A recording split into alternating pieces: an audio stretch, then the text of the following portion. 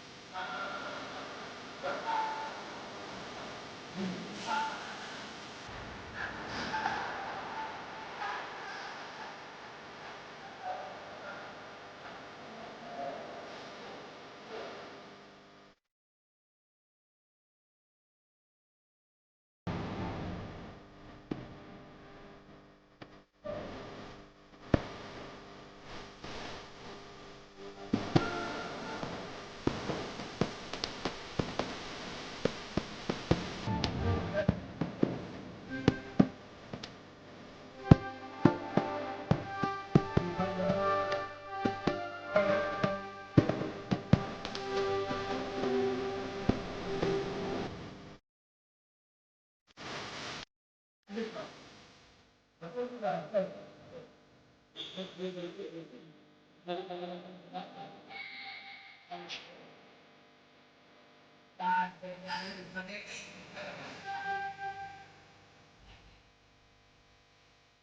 గణపతి సచ్చిదానంద సద్గురుభ్యో నమో నమః.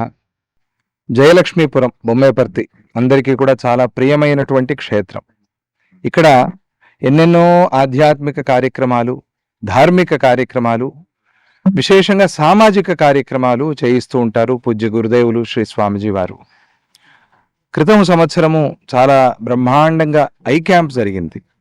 అందులో వందలాది మంది పేషెంట్స్ వచ్చి పరీక్షలు చేయించుకుని వారికి కంటి ఆపరేషన్ అంటే క్యాటరాక్ట్ ఆపరేషన్ కూడా జరిగింది. ఆ తరువాత స్వామిజీ వారు మళ్ళీ చేయాలి ఇటువంటి క్యాంపు అని ఆదేశిస్తే చెన్నై భక్తులు ఎంఆర్సి నగర్ చంద్రశేఖర్ గారు అని చెప్పి స్వామిజీ వారికి 50 ఏళ్ల నుంచి భక్తులు ఆయన పూనుకుని చాలా భక్తిగా చాలా శ్రద్ధగా ఈ మెడికల్ క్యాంప్ చేయిస్తున్నారు. శంకర నేత్రాలయ వాళ్ళు డాక్టర్స్ అందరూ కూడా వచ్చి అద్భుతమైన ఈ క్యాంప్ ఇక్కడ జరుగుతోంది. సర్వేంద్రియాణం నయనం ప్రధానం మనం వింటూ ఉంటాం. అందరికీ కన్ను చాలా ముఖ్యం. ఆ కన్ను బాగుండాలి. పాపం చాలామంది డాక్టర్లనే చూసి ఉండరు. మేము ఒకసారి మేకదాటి వెళ్ళినప్పుడు చూసాము. అక్కడ క్యాంప్ జరిగింది, మేకదాటి స్వామిజీ వారి జన్మస్థలం. అక్కడ ఒక అతనికి కన్ను ఇంత వాచిపోయింది. ఏమయ్యా ఇట్లా ఉంది అని అడిగితే, ఏమో స్వామి తెలియదు. మరి ఏం చేసావంటే పసరు పోసాను. పసరు పోయటం ఏమయ్యా డాక్టర్ చూడలేదని. డాక్టర్ ఎవరు అన్నాడు. అంటే అసలు డాక్టర్ని కూడా చూడని వాళ్ళు ఇంకా ఉన్నారు అని చాలా ఆశ్చర్యం వేస్తుంది. అటువంటి వాళ్ళకి, పేదలకి, మన పల్లెలో చుట్టుపక్కల ఉండే వాళ్ళందరికీ కూడా సుమారుగా ఒక 30-40 గ్రామాల నుంచి కూడా వచ్చి పరీక్షలు చేయించుకున్నారు. వాళ్ళకందరికీ సుమారుగా 150 వరకు ఆపరేషన్స్ జరిగినాయని చెప్పి మన ట్రస్టీస్ అందరూ కూడా చెప్పారు. చాలా మంచి కార్యక్రమం. అన్నదానం, విద్యాదానం, వైద్యదానం, ఇవి 3 సామాజిక సేవలు చాలా ముఖ్యము అని స్వామిజీ వారు చెప్తూ ఉంటారు. ఆ 3 కూడా ఇక్కడ జయలక్ష్మీ మాత సన్నిధిలో, నరహరితీర్థ స్వామి సన్నిధిలో బ్రహ్మాండంగా జరుగుతూ ఉన్నాయి. దత్తాత్రేయ స్వామి, విశ్వరూప దత్తాత్రేయ స్వామిని మీరంతా చూస్తూ ఉన్నారు.